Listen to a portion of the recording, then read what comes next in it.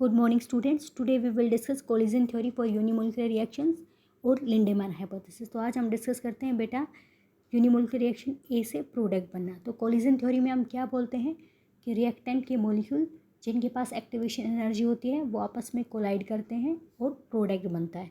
तो अब इस यूनिमोलिकुलर रिएक्शन के लिए अगर कॉलिजन नहीं होगा तो प्रोडक्ट नहीं बनेगा। अगर कॉलिजन मान ले कि ए और ए के बीच में कॉलिजन हो जाएगा तो यह यूनिमोलिकुलर रिएक्शन का केस कैसे है, ये तो बाईमोलिकुलर रिएक्शन का केस हो जाएगा जो सेम मॉलिक्यूल्स के बीच में होती है, सिमिलर मॉलिक्यूल के बीच में होती है। तो इसका सॉल्यूशन लिंडेमैन एक साइंटिस्ट थे, उन्होंने दिया बेटा। उन्होंने कहा कि जो यूनिमोलिकुलर रिएक्शंस के बिहेवियर को हम बाईमोलिकुलर कोलिजन के बेसिस पे डिस्कस कर सकते हैं, लेकिन उसके लिए कंडीशन ये है कि जो एक्टिवेशन है और रिएक्टेंट से जो प्रोडक्ट बन रहा है उसके बीच में एक टाइम गैप है। वो कैसे है, ये रिएक्शन कंसिडर करो कि ए का एक मॉलिक्यूल दूसरे मॉलिक्यूल के साथ कोलाइड कर रहा है, तो उसमें से एक एक्टिवेट हो गया, दूसरा नॉर्मल सिचुएशन में रहा है। तो अब ये जो एक्टिवेटेड मॉलिक्यूल है इसकी टेंडेंसी है कि ये इसके साथ दोबारा कोलाइड होके बाउंस बैक हो जाए और दो ऑर्डिनरी रिएक्टेंट मॉलिक्यूल बना दे, या वो एक्टिवेटेड जो रिएक्टेंट मॉलिक्यूल है वो प्रोडक्ट में कन्वर्ट हो जाए। तो K1 जो रेट कांस्टेंट है वो किसके लिए है, ए और ए के बीच में कोलिजन से ए स्टार और ए के बनने के लिए। जो K2 रेट कांस्टेंट है वो क्या है, ए स्टार और ए के बीच में कोलिजन होने से ऑर्डिनरी ए के दो मॉलिक्यूल्स बनने के लिए। और K3 रेट कांस्टेंट है जब एक्टिवेटेड मॉलिक्यूल प्रोडक्ट में कन्वर्ट होता है। जो रेट ऑफ रिएक्शन हम कैसे रिप्रेजेंट करते हैं, change in concentration of reactant with time. और रेट ला के फॉर्म में उसको कैसे एक्सप्लेन करेंगे, सिर्फ ये इस पे डिपेंड करेगा क्योंकि सिर्फ ये वाला हिस्सा है जो प्रोडक्ट बना रहा है, यानी कि ए स्टार से प्रोडक्ट बन रहा है। तो जो हमारी रेट ऑफ रिएक्शन है रेट ला के फॉर्म में वो क्या होगी, K3 इंटू ए स्टार, इस पे डिपेंड करेगी। दैट इज जो रेट ऑफ रिएक्शन है वो किसकी इक्वल होगी, -TA/dt। और रेट ला की फॉर्म में वो किस पे डिपेंड करेगी, जो ए स्टार है उसकी कंसंट्रेशन पे डिपेंड करेगी। और ए स्टार से प्रोडक्ट कब बन रहा है, जब रेट कांस्टेंट है K3। तो आपकी जो रेट ऑफ रिएक्शन है वो किसके इक्वल हो जाएगी, K3 इंटू ए स्टार। अब ए स्टार की कंसंट्रेशन हमें पता नहीं है, ए स्टार की वैल्यू हमें पता नहीं है, तो ये हमें कैलकुलेट करनी पड़ेगी। उसके लिए हम मानते हैं एक कौन सा प्रिंसिपल यूज़ करेंगे, स्टडी स्टेट अप्रोक्सीमेशन। वो क्या होता है कि rate of formation of A is equal to rate of disappearance of A, यानी कि जिस रेट से ए बनता है उसी रेट से ए डिसअपेयर होता है। अब फॉर्मेशन का कौन सा रिएक्शन था कि दो रिएक्टेंट मॉलिक्यूल है उनसे ए बना है, ये वाली रिएक्शन, ये ए और के स्टार। तो रेट ऑफ फॉर्मेशन ऑफ ए क्या है, K1 इन A⁻², ये है। और rate of disappearance of A star क्या है, एक तो ये कि K2 ए स्टार इंटू ए, इनसे फिर क्या बन रहा है, वापस से रिएक्टेंट मॉलिक्यूल बन रहे हैं। तीसरा क्या है rate of disappearance of A, K3 into A star. तो फॉर्मेशन में सिर्फ K1 आता है और डिसअपियरेंस में K2 और K3। डिसअपियरेंस के दो मोड हैं, K2 और K3 के थ्रू। तो अब हम देखेंगे यहाँ से ये वाली इक्वेशन इन दोनों की सम के इक्वल होगी। यहाँ से क्या बन गया हमारा, K1 A⁻², K2 इंटू ए स्टार इंटू ए प्लस K3 इंटू ए स्टार। अब यहाँ से हमने ए स्टार को कॉमन ले लिया तो बचा क्या, K2 इंटू ए प्लस K3।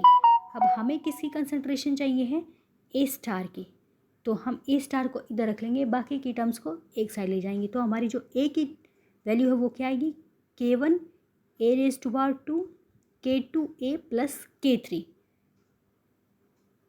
अब जो आपकी रेट ऑफ रिएक्शन है वो किसके इक्वल थी, K3 ए स्टार। तो रेट ऑफ रिएक्शन को आप क्या करेंगे, इस ए की वैल्यू को इस इक्वेशन में पुट करेंगे तो आपकी रेट ऑफ रिएक्शन क्या हो जाएगी, K1 K3 A⁻², K2A + K3।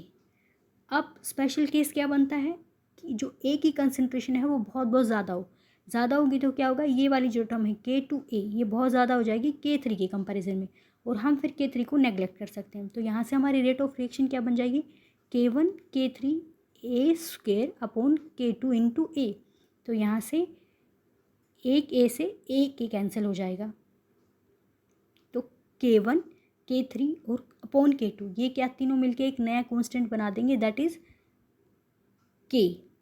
और कंसंट्रेशन टर्म क्या है, एक पावर पे डिपेंड करती है। तो जब ए रिएक्टेंट बहुत बहुत ज़्यादा अमाउंट में होता है तो रिएक्शन क्या हो जाती है आपकी, फर्स्ट ऑर्डर रिएक्शन हो जाती है। दूसरा केस क्या हो सकता है बेटा, जब ए की वैल्यू बहुत कम हो, यानी कि रिएक्टेंट की कंसंट्रेशन बहुत बहुत कम हो, तो उस सिचुएशन में जो टर्म है K2A वो बहुत कम होगी K3 के कंपैरिजन में। तो फिर इसको नेगलेक्ट कर देंगे तो हमारी इक्वेशन क्या बन जाएगी, K1 K3 A⁻² upon K3। अब K3 से K3 कैंसिल, तो यहाँ क्या बच जाएगा, K1 A²। तो इस सिचुएशन में जो आपकी रेट ऑफ रिएक्शन है वो क्या हो जाएगी, सेकेंड ऑर्डर। तो बेटा ये आपकी कोलिजन थ्योरी कंप्लीट हो गई है, बाइमोलिकुलर रिएक्शन के लिए, सिमिलर मॉलिक्यूल के लिए, डिफरेंट मॉलिक्यूल के लिए और यूनिमोलिकुलर रिएक्शन के लिए। अब एक नई चीज़ है, जब हमने कोलिजन थ्योरी के जो रिजल्ट्स आए थे उनसे हमने रेट ऑफ रिएक्शन निकाला और एक्सपेरिमेंटली रेट ऑफ रिएक्शन निकाला, तो बहुत सारे रिएक्शन के केस में दोनों के रिजल्ट मैच कर गए, यानी कि सही इक्वेशंस बनी हैं। लेकिन कुछ केसेस में जो रिजल्ट्स हैं वो मैच नहीं हुए, तो उसका रीज़न क्या रहा, फिर इस कोलिजन थ्योरी को मॉडिफाई किया गया। पहले जो हमारी रेट ऑफ रिएक्शन थी, रेट कांस्टेंट है, वो हमने कैसे दिया था, Z × E⁻⁻RT ऐसे दिया था। तो उसमें हमने इसको मॉडिफाई किया और एक फैक्टर और डाला, P × Z and fraction of molecule, ये वाला E × तो ये P क्या है बेटा, ओरिएंटेशन फैक्टर या स्टेरिक फैक्टर। तो यहाँ से ये कंक्लूड हुआ कि रिएक्टेंट के मॉलिक्यूल को आपस में कोलाइड होना चाहिए, और जिनके पास एक्टिवेशन एनर्जी है, पहले ये कहा था कि वही प्रोडक्ट में कन्वर्ट होंगे, अब ये हुआ जिनके पास एक्टिवेशन एनर्जी है और वो कोलाइड भी हो रहे हैं, तो ज़रूरी नहीं कि वो प्रोडक्ट बनाए, उनकी प्रॉपर ओरिएंटेशन होनी चाहिए, एक स्टेरिक फैक्टर नहीं होना चाहिए। तो ये जो P की वैल्यू है एक्सपेरिमेंटली रिएक्शन से ये आई बेटा 1 × 10⁻⁹। लेकिन काइनेटिक एनर्जी के थ्रू ये पता चला कि इसकी वैल्यू 10⁻³ से लेके 10⁻⁴ तक हो सकती है मैक्सिमम, इतनी नहीं हो सकती 10⁻⁹ तक। तो ये जो करेक्शन है ये इसकी लिमिटेशन हो गई कुछ रिएक्शंस के केस में। तो ये करेक्शन को करेक्ट करने के लिए, इस लिमिटेशन को दूर करने के लिए एक नई थ्योरी आई, ट्रांजिशन स्टेट थ्योरी। अब हम वो डिस्कस करेंगे। तो ट्रांजिशन स्टेट थ्योरी बिल्कुल उसका सिंपल कंसेप्ट वही है जो हम पिछले लेक्चर में पढ़ चुके हैं कि रिएक्टेंट मॉलिक्यूल आपस में कोलाइड करके एक एक्टिवेटेड कॉम्प्लेक्स बनाएंगे, और उस एक्टिवेटेड कॉम्प्लेक्स की एनर्जी रिएक्टेंट और प्रोडक्ट दोनों से क्या होगी, ज़्यादा होगी। अब ये जो एक्टिवेटेड कॉम्प्लेक्स है ये किसके साथ इक्विलिब्रियम है, रिएक्टेंट के साथ इक्विलिब्रियम में है, यानी कि रिएक्टेंट से एक्टिवेटेड कॉम्प्लेक्स बन सकता है और एक्टिवेटेड कॉम्प्लेक्स से रिएक्टेंट भी बन सकता है, लेकिन एक्टिवेटेड कॉम्प्लेक्स से प्रोडक्ट भी बन सकता है। तो ये क्या है, रिएक्टेंट और एक्टिवेटेड कॉम्प्लेक्स में इक्विलिब्रियम। लेकिन रेट ऑफ रिएक्शन किस पे डिपेंड करेगी, जब एक्टिवेटेड कॉम्प्लेक्स डिकम्पोज होकर प्रोडक्ट बनाएगा। तो ये हम केस लेके चलते हैं, ए और बी दो रिएक्टेंट हैं, इन्होंने आपस में मिलकर क्या बना दिया, एक्टिवेटेड कॉम्प्लेक्स। अब एक्टिवेटेड कॉम्प्लेक्स के पास दो चांसेस हैं, दो सिचुएशन है, या तो वो बाउंस बैक होकर रिएक्टेंट मॉलिक्यूल बना दे या प्रोडक्ट बना दे डिकम्पोज होके। तो इस सिचुएशन में एक साइंटिस्ट थे, एयरिंग एक साइंटिस्ट थे, उन्होंने स्टैटिकल मैथमेटिक्स का यूज़ करके रेट कांस्टेंट के लिए, इस के लिए एक इक्वेशन दी, वो थी ये बेटा आपको लर्न करनी पड़ेगी डायरेक्ट, कि k rate constant equals to R gas constant, T absolute temperature है केल्विन में, N Avogadro number, H Planck constant and K star ये है कैपिटल के इक्विलिब्रियम कांस्टेंट। और इक्विलिब्रियम कांस्टेंट किसके लिए है? इस वाले प्रोसेस के लिए, इसके लिए है ये इक्विलिब्रियम कांस्टेंट कि ए और बी से एक्टिवेटेड कॉम्प्लेक्स बनता है और फिर एक्टिवेटेड कॉम्प्लेक्स का चांस है बैकवर्ड रिएक्शन में भी जाने का, दोबारा से ए और बी बनाने का। तो इस वाली रिएक्शन के लिए क्या है? ये इक्विलिब्रियम कांस्टेंट। तो इक्विलिब्रियम कांस्टेंट हम कैसे लिखते हैं? प्रोडक्ट की कंसंट्रेशन अपॉन रिएक्टेंट की कंसंट्रेशन। अब थर्मोडायनामिक्स से हमें क्या पता है? जो गिव्स फ्री एनर्जी है, चेंज इन गिव्स free energy in standard form is equals to minus R T natural K star.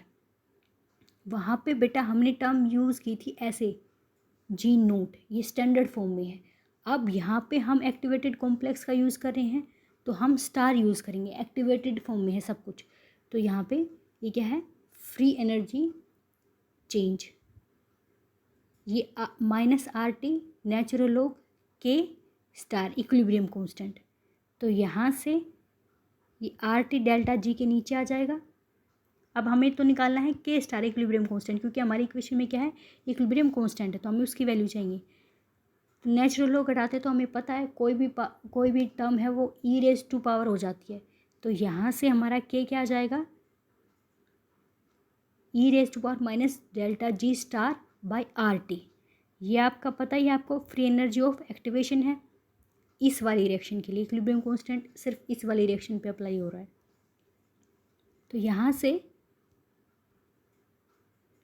इसको के की वैल्यू में पुट कर दो, यहाँ के स्टार की वैल्यू को। तो ये क्या है? E raise to power minus delta G star by R T. अब हमें पता है थर्मोडायनामिक्स से डेल्टा जी की वैल्यू क्या होती है? Delta H minus T delta S. ये क्या है बेटा? Delta H change in enthalpy और डेल्टा एस क्या है? Entropy of activation.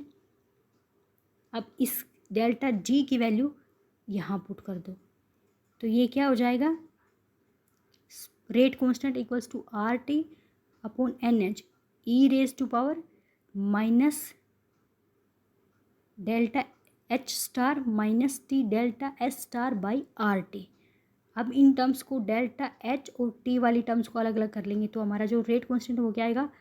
Are T upon N H e raise to power delta S star by R minus e raise to power minus delta S star by R T. ये क्या है बेटा? ई ring equation है। इस equation को क्या बोलेंगे? ई ring equation बोलेंगे। इनफ फॉर टुडे बेटा। इसका आगे का हिस्सा, इसका सिग्निफिकेंस, इसका कोलिजन और अरेनियस थ्योरी के साथ जो कंपैरिजन है वो देखेंगे हम। Thank you.